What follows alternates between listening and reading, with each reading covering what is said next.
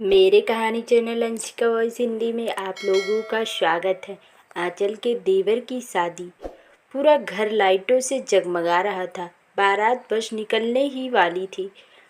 बाजे वाला आ गया था, पर आंचल अभी आधे अधूरे कपड़े पहने हुए रसोई में सबकी फरमाइश पूरी करने में लगी हुई थी। बाहर से सासू माँ की आवाज़, बहू, ओ बहू, जरा मेरे लिए एक कप चाय तो बना देना।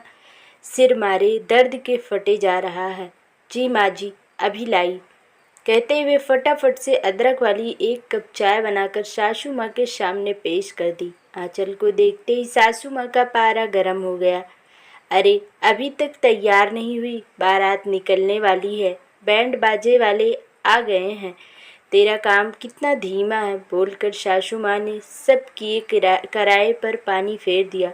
इस बात से आंचल की आंखों में आंसू आ गया। वो आंसू छुपाते हुए रसोई घर में फिर चली गई। ये माजी भी ना कुछ भी बोल देती है। अरे मैं बैठी न थोड़ी ना थी, जब टाइम मिलेगा तभी तो तैयार होंगी ना, मन में सोचती हुई आंसू को छुपाते हुए रसोई घर में पहुंची तो छोटी ननद ने पूछ लिया, क्यों भाभी, आप रो रही थी क्या? नहीं बिट्टी, मैं रोऊंगी क्यों, आज तो खुशी का दिन है। वो तो आंख में कुछ चला गया था। बहाने बनाते हुए आंचल से बात को टाल दिया। घर में एक छोटी ननद ही तो थी जो आंचल के मन की दशा को समझती थी, और ननद कम सहेली ज़्यादा थी। फिर उसने कहा, भाभी आप कमरे में जाओ और तैयार हो जाओ, अब मैं रसोई घर में सब देख लूँगी। आंचल कमरे की तरफ जाते हुए मन ही मन सोचने लगी, क्या थी मेरी ज़िंदगी और ससुराल आके क्या हो गई है। मायके में हाथ से किताब हटती ही नहीं थी और ससुराल में किताब हाथ में आती ही नहीं है। आंचल को पढ़ने का बहुत शौक था, उसके अंदर कुछ कर दिखाने का जज्बा भी था मन में, लेकिन ससुराल में आके सब धरा का धरा रह गया। शादी के समय तो सबने कहा था कि शादी के बाद पढ़ लेना, सासू माँ ने भी कहा था, अभी मेरी उम्र ही क्या है, घर के ज़्यादातर काम तो मैं खुद ही कर लूँगी। पर ये क्या, शादी के बाद तो माँ जी के हाथ पैर ही नहीं चलते।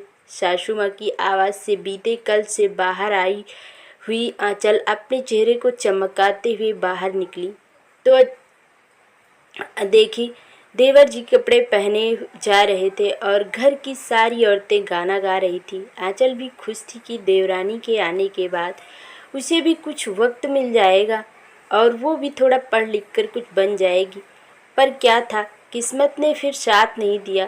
देवरानी भी आई तो अपने मन की मालकिन, सासू माँ ने तो उसको सिर पर चढ़ा रखा था, उसको कुछ करने के लिए बोलती ही ना थी, क्योंकि अपने मायके से ढेर सारे दहेज लेकर आई थी, साथ ही नौकरी करने वाली भी थी। आंचल की तो नौकरी सासू माँ ने शादी के बाद ही छुड़वा दी थी। पर ये क्या, देवरानी जी को तो खुद ही ऑफिस के लिए दरवाजे तक छोड़ने जाती हैं। इतना भेदभाव क्यों? क्या क्या मुझसे कोई कमी रह गई माँ जी की सेवा करने में? छोटी ननद तो कभी कभी माँ जी से बोल भी देती थी कि माँ, तुम बड़ी भाभी के साथ ऐसा क्यों करती हो, जबकि वो आपकी हमेशा इज्जत किया करती हैं। तो माँ जी का एक ही जवाब रहता था, मेरे पसंद की बहू नहीं है वो, और ना ही वो दहेज लेकर आई है। अक्सर घरों में ऐसे भेदभाव होते हैं। मैं पूछती हूँ कि क्या अपने ही दो बच्चों के साथ ऐसा व्यवहार करना सही है कि जो बहू दहेज लेकर आए उसे सम्मान मिले, और वहीं दूसरी बहू कम दहेज लेकर आए और संस्कार से भरी हो, घर वालों की इज्जत करती हो, मान सम्मान देती हो, उसके साथ ऐसा बुरा व्यवहार क्यों किया जाता है। आशा है आज की कहानी आप लोगों को अच्छी लगी होगी। कहानी अच्छी लगे लाइक, शेयर और सब्सक्राइब करें। बेल आइकन को प्रेस कर दें ताकि आगे आने वाली नई नई कहानियों के नोटिफिकेशन आप लोगों तक पहुंच सके। धन्यवाद।